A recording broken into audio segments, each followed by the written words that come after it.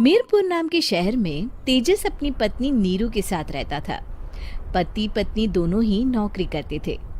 एक दिन तेजस गांव अपनी माँ के पास फोन करता है। हेलो, प्रणाम माँ। जीते रहो माँ, तुम दादी बनने वाली हो हैं? अरे वाह, ठीक है बेटा, मैं कल ही आती हूँ। जब माँ जी शहर पहुंची तो बेटे बहू ने बहुत अच्छे से स्वागत किया। लीजिए माँ जी, चाय। अरे गर्मा गर्म पकोड़े ले आओ माँ के लिए। नीरू रसोई में गई और 2 मिनट में ही पकोड़े ले आई। जी ये लीजिए।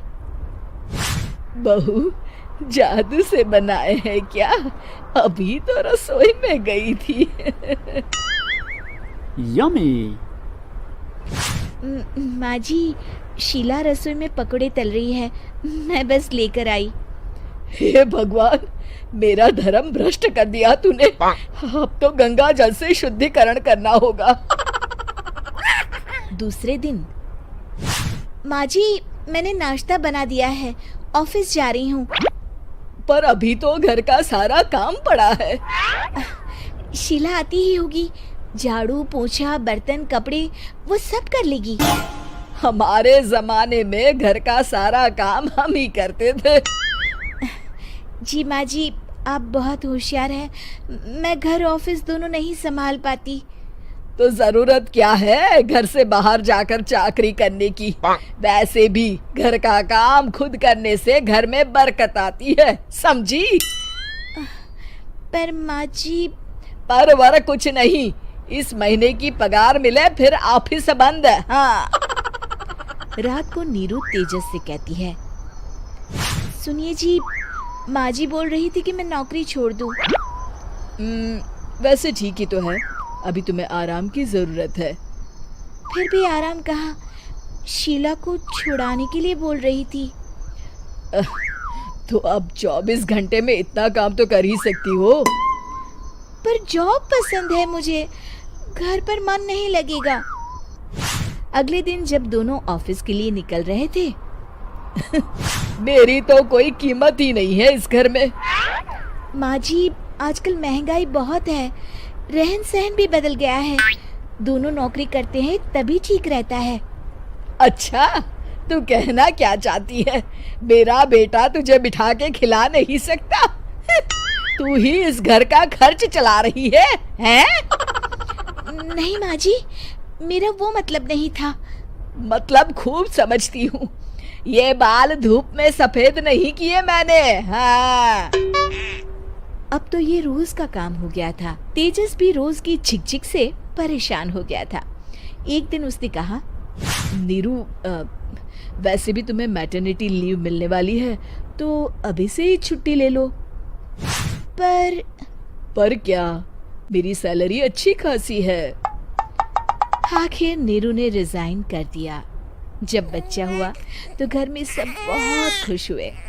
कुछ दिनों बाद तेजस फाइल देख रहा था। क्या हुआ तेजस, कुछ परेशान लग रहे हो? हाँ, वो हमारी जितनी सेविंग्स थी वो तो हॉस्पिटल में और छठी के फंक्शन में खत्म हो गई है नीरू। और अभी वैसे मंदी चल रही है तो मैं बोल रही थी कल मुन्ना को हेपेटाइटिस का टीका लगवाना है। नीरू, क्या पोस्टपोन नहीं कर सकते? नहीं जी, बिल्कुल नहीं। अब तेजस को समझ में आ रहा था कि उससे गलती हुई है। पैसों की कमी का असर घर के माहौल पर भी पड़ रहा था। अगले दिन, बेटा मेरा चश्मा और ये दवाइयाँ ले आना, पर्चा देते हुए माँ जी ने कहा। जी। तेजस, मुन्ना के लिए दूध का डिब्बा और डायपर भी ले आना, और ये किराने के सामान की लिस्ट है, इसे भी लाना है। तेजस गुस्से में लिस्ट मरोड़कर फेंकता है और चिल्लाता है, पैसे क्या पेड़ पर उगते हैं? ये ले आना, वो ले आना। अरे पर ये जरूरत का सामान ही है। वो गुस्से में बिना कुछ कहे ऑफिस चला गया। अरे लंच तो ले जाइए।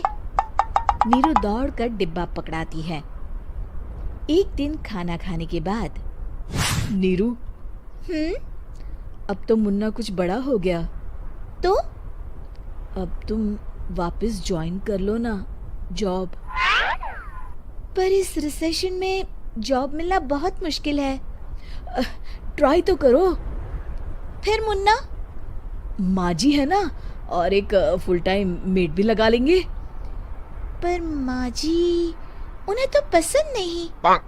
तभी माँ जी वहाँ आ जाती है और प्यार से नीरू के सर पर हाथ फेरते हुए बोलती है, अब मेरी समझ में आ गया बहू, पहले के और अब के समय में अंतर है। तुम काम शुरू करो, मुन्ना की जिम्मेदारी मेरी। मेरी प्यारी माँ जी। ये कहकर नीरू उनके गले लग गई। शिक्षा, परिवर्तन संसार का नियम है, हमें भी समय के साथ चलना चाहिए।